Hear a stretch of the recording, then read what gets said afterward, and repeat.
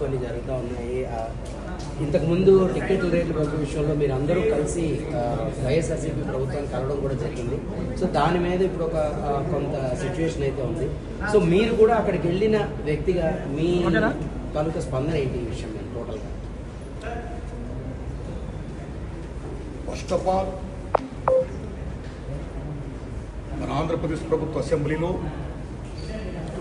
కొద్దిమంది పెద్దలు చేసిన కామెంట్స్ పై మెగాస్టార్ చిరంజీవి గారు స్పందించిన విధానం ఏమైతుందో అది సత్యం, 100% సత్యం, 100% సత్యం.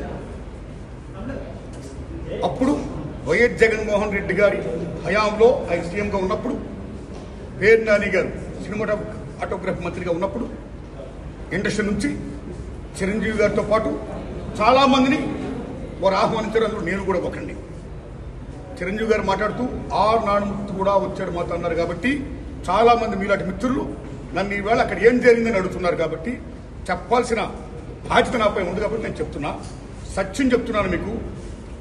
జగన్మోహన్ రెడ్డి గారి గవర్నమెంటు మా సినిమా కళాకారులు కానీ చిరంజీవి గారిని కానీ ఎవరిని కూడా అవమానించలేదు, చాలా గౌరవించారు. సత్యం. ఎందుకంటే కోవిడ్ కష్టకాలంలో సినిమా రంగం ఏమైపోద్ది అని భయోందనతో ఉన్న దశలో పరిశ్రమ పెద్దలందరూ కలిసి చిరంజీవి గారిని కలిశారు. పరిశ్రమ పెద్దగా ఆయన భావించి, ఆయన గౌరవించి నన్ను ఆహ్వానించారు. చిరంజీవి గారు స్వయంగా నాకు ఫోన్ చేశారు కూడా. అదేం సంస్కారం. అప్పుడు నేను ఢిల్లీలో ఉన్నా. నారాయణమూర్తి ఇండస్ట్రీ క్లిష్ట పరిస్థితిలో ఉంది.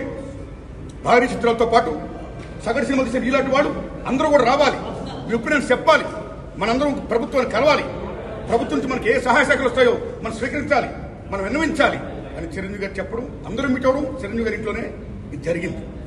అప్పుడు అనేక మంది వారి యొక్క అభిప్రాయం చెప్పారు. ఆయన్ని తీసుకుని మన సీఎం గారి గారితో నేను చెప్పారు. వారు సీఎం గారితో మాట్లాడారు స్వయంగా. అలాగే నేను కూడా పేరు నాని గారిని వెళ్ళి విజ్ఞప్తి చేశాను బందర్లో.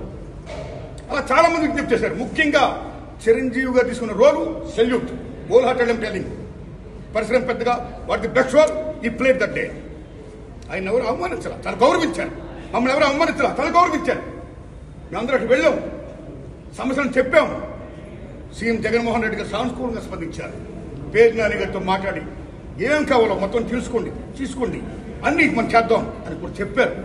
ఇది జరిగిన సత్యం అండి, ఇది జరిగిన సత్యం. ఓకే, ఆ సమస్యలు ఇంకా ఉన్నాయి, స్టిల్ ఇట్స్ గోయింగ్ ఆన్. ఆయన ప్రభుత్వం ఇప్పుడు లేదు. ఇప్పుడు మన చంద్రబాబు నాయుడు గవర్నమెంట్ వచ్చింది. ఇప్పుడు ఈ గవర్నమెంట్ లో ఆనాడు ఎక్కడ ప్రియాంబుల్, గత గవర్నమెంట్ లో ఏ ప్రియాంబుల్ ఉందో, ఏ ప్రజలకి ఏ సమస్యలు ఉన్నాయో, ఏ ఇండస్ట్రీకి, cinema industry, anybody anything else, వాళ్ళకి ఏ సమస్యలు ఉన్నాయో అకార్డింగ్ టు ప్రియాంబుల్ గత ప్రభుత్వంలో ప్రజలు విన్నవించుకున్న విన్నపాలు ఏమైతే ఉన్నాయో ఆ విన్నపాలని ఇప్పుడు, ఆ సమస్యలు ఇప్పుడున్న ప్రభుత్వం చంద్రబాబు నాయుడు హయాంలో నెరవేర్చాలని, దానికి సినిమాటోగ్రఫీ మంత్రి గారు దుర్గేష్ గారు సహకరించాలని, మన తెలుగు ఇండస్ట్రీ నుంచి వెళ్లి ఇవాళ డిప్యూటీ సీఎంగా ఉన్న పవన్ కళ్యాణ్ గారు చొరవ తీసుకోవాలని నేను విజ్ఞప్తి చేస్తూ మా సమస్యల్ని, మన పరిశ్రమ సమస్యల్ని క్లియర్ చేయాల్సిందిగా మనస్ఫూర్తిగా వారిని కోరుకుంటున్నాం. Thanks a lot. ఆహ్వానం పలుకుతున్నాము. Shreyas future city developers presents Vijayawada Utsav expo launch చేశారు Balababu garu. Over to you.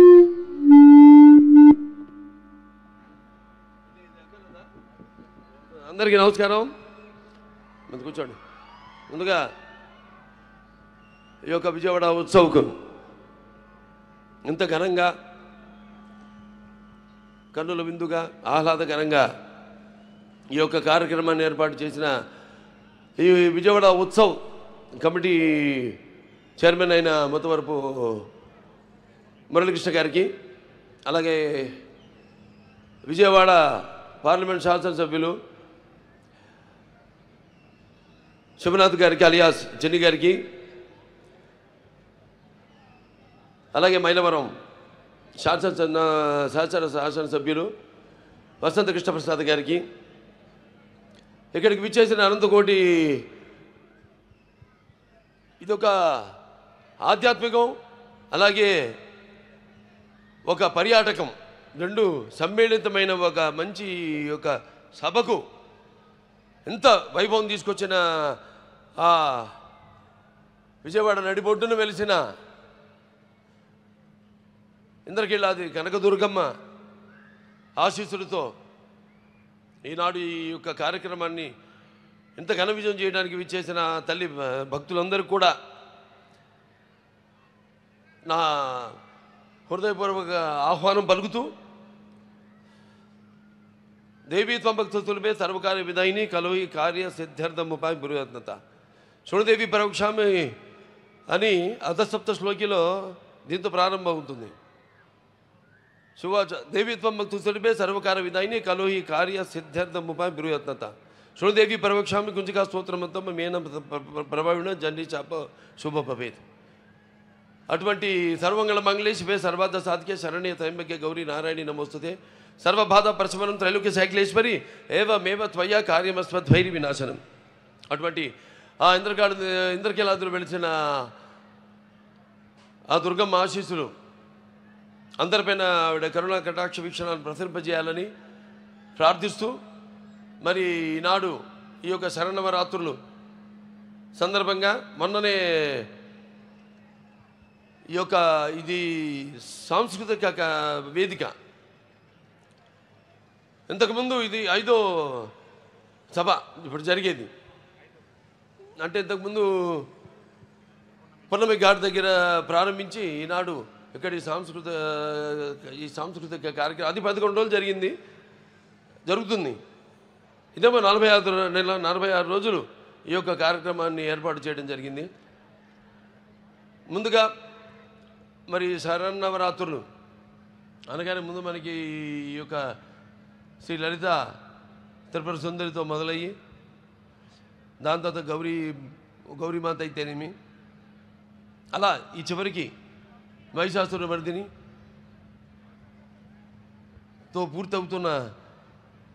కాబోతున్న ఈ యొక్క క్షేత్రానికి ఇవాళ ప్రతి సంవత్సరం ఎంతో వేలాది మంది భక్తులు రావడం, దీక్ష పూని ఇక్కడికి రావడం, మహిషాసుర మర్దిని అయితేనేమి, గాయత్రి మాత అయితేనేమి, లేకపోతే అన్నపూర్ణమ్మ అయితేనేమి, అలాగే కాచాయిని దేవి, అలాగే మహాలక్ష్మి అయితేనేమి, ఇవాళ మరి లలిత దేవి అయితేనేమి, రేపు చండీదేవి అయితేనేమి, తర్వాత సరస్వతీదేవి, దుర్గామాత, అలాగే ఈ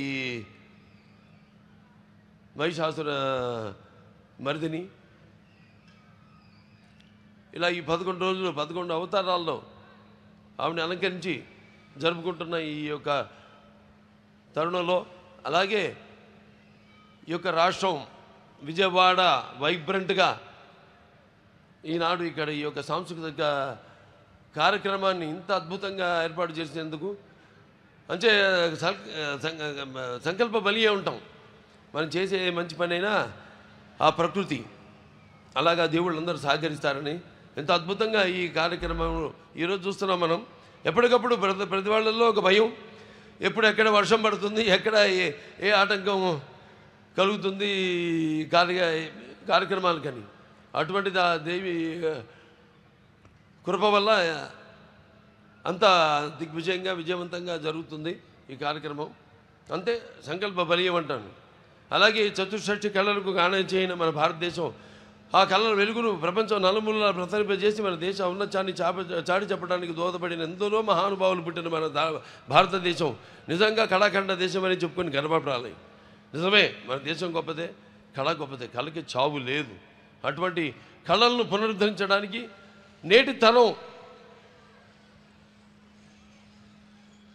వాళ్లకు తెలియజేయడానికి ఈనాడు వాళ్ళ కృష్ణా జిల్లాలో ఇక్కడ జరుపుకుంటున్నాం. కానీ మన కృష్ణా జిల్లా మన చుట్టుపక్కల చూస్తే మళ్ళీ కూచిపూడి ఉంది, అలాగే ఈ మన ఈ బొమ్మలు తోలుబొమ్మలాట తోలుబొమ్మలాటలకి అయితేనేమి అన్నిటికీ ఎంతో ప్రసిద్ధమైన మన ఈ కృష్ణా జిల్లా, అందున ఇక్కడ విజయవాడలో ఈ కార్యక్రమం జరుపుకోవడం అంటే ఇక్కడ ముఖ్యంగా చెప్పారు సినిమాలు కూడా ఇది ఒక కేంద్ర బిందువు అని. విజయవాడ ఆ రోజులు గుర్తొస్తాయి. నేను అప్పుడు ముఖ్య కేంద్రంగా ఉంటూ ఇక్కడి నుంచి పంపిణీదారులు అయితేనేమి, లేకపోతే సినిమా యాజమాన్యం వారు అయితేనేమి ఎంతో ఈ సినిమా పరిశ్రమలో ఎంతో ముఖ్యమైన పాత్రను పోషించి ఈ యొక్క సినిమా ఒక పరిశ్రమకు అభివృద్ధి కోసం ఎంతో వాడు తోడ్పడ్డారు. అలాగే నేను ఇక్కడ ఎన్నో ఉత్సవాల్లో అంటే దుర్గమ్మ మాత జరిగిన ప్రతి ఈ యొక్క శరన్నవరాత్రుల్లో పాల్గొనడం అయితేనేమి వీటిలో, అలాగే మానవ సేవే మాధవ సేవ అంటాం. అలా ఈ బసవతార గండోబర్గన్ cancer hospital and research institute అయితేనేమి దాని ద్వారా ఎంతోమందికి ఈ యొక్క ఎంతో ఖర్చుతో కూడుకున్న వైద్యాన్ని వాళ్ళకి అందుబాటులోకి తీసుకురావడం, అంతర్జాతీయ ప్రమాణాలతో కూడిన వైద్యాన్ని వాడికి అందజేయడం. అలాగే మొన్నే ఇక్కడ తుళ్ళూరులో కొత్త ఆసుపత్రికి ఇక్కడ కట్టబోతున్న ఆసుపత్రికి భూమి పూజ చేయడం జరిగింది. త్వరలోనే త్వరగతిలో అమ్మవారి ఆశీస్సులతో ఆసుపత్రిని కూడా పూర్తి చేసి ఆ యొక్క వైద్య సౌకర్యాన్ని మీ అందరూ కూడా అందజేస్తామని ఈ సందర్భంగా తెలియజేసుకుంటూ, మరి వాళ్ళ అందరి చూపు మన ఆంధ్రప్రదేశ్ రాష్ట్రం పైనే ఉంది.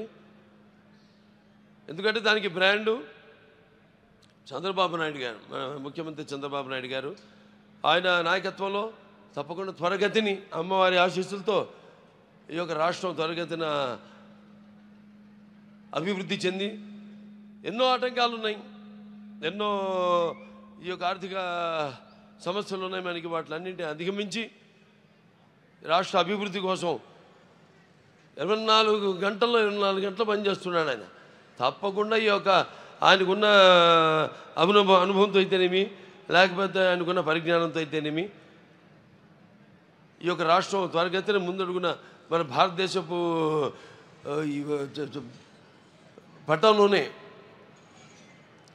సువర్ణాక్షరాలతో లిఖింపబడిలా త్వరగతిన అభివృద్ధి చెందుతుంది అని సందర్భంగా తెలియజేసుకుంటూ, మరొకసారి ఈ యొక్క మంచి కార్యక్రమానికి నన్ను ఆహ్వానించినందుకు కమిటీ చైర్మన్ ముత్తవరపు మురళీకృష్ణ గారికి, అలాగే మా పార్లమెంట్ శాసనసభ్యులు శివనాథ్ గారికి, చిన్ని గారికి, అలాగే ఇక్కడ మైలవరపు శాసనసభ్యులు వసంతకృష్ణ ప్రసాద్ గారికి, అందరికీ, అలాగే ముఖ్యంగా ఈ సాంస్కృతిక కార్యక్రమంలో పాల్గొంటున్న నా తోటి కళాకారులందరూ కూడా నా అభినందనలు తెలియజేసుకుంటూ, నా కృతజ్ఞతలు తెలియజేసుకుంటూ నేను సెలవు తీసుకుంటున్నాను.